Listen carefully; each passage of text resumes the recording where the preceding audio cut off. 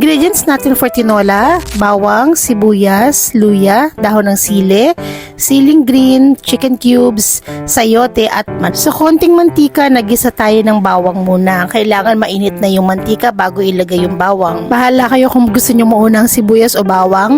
Ako nakasanayan ko na kasi na iniuuna ang bawang. And then afterwards, ilagay naman natin ang sibuyas. For a few seconds lang yan kasi ayaw naman nating masunog ang bawang at sibuyas. And then ihalo na natin ang luya. So igigisa natin siyang maigi para lumabas talaga yung lasa and amoy ng mga spices. Afterwards, ilagay na natin yung manok. Pasensya na kung medyo mabagal pa isa-isa, yung anak ko ang tinuturuan ko magluto kasi. Kaya ganyan medyo takot pa siya maglagay agad sa kawali. Pagkalagay ng manok, tinitimplahan ko na siya kaagad ng kalahating kutsaritang pamintang durog and kaunting patis, siguro mga 1 kutsara. Gusto ko kasi medyo malasa na agad ang manok kahit habang sinasangkot siya pa lang siya. So ayan, sabi ko sa anak ko haluin para kumalat yung patis at saka paminta, pero medyo takot na takot pa siyang maghalo. So tinulungan ko na lang ihalo ng kaunti para lang kumalat and then let it simmer for siguro mga 15 minutes.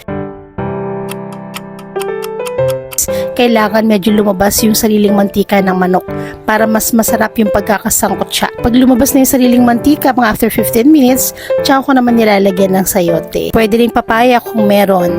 So, interchangeable naman yung dalawang yan. Takpan kahit mga around 5 minutes para medyo lumambot lang ang sayote or papaya. And then, tsaka natin siya lagyan ng tubig. Pagkalagay ng tubig, tsaka ko siya ulit tinitimplahan ulit. So, lalagay ko ng sili. Isa lang kasi ang available sa bahay pero normally 2 yan or 3. And then maglalagay ako ng 1 pirasong chicken cubes pandagdag lasa, 1 kutsaritang pamintang durog ulit, and then asin. And patis, depende po sa inyo. Actually, at that moment, dinagdagan ko lang yung panimpla pero pakukuluin pa rin natin yung munang tinola natin. By the way pala, nakaset ako lagi sa medium heat.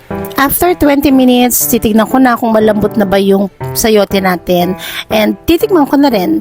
So, kapag okay na sa inyo ang alat, that's good. Pwede nyo nang idagdag kaagad dyan yung dahon ng sili.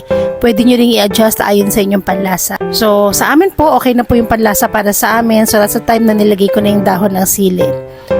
In about 30 seconds after that, papatayin ko na rin yung apoy at tatakpan para hayaan ko na yung natitirang init na magluto dun sa dahon ng sili. Ayan na po ang ating tinolang manok.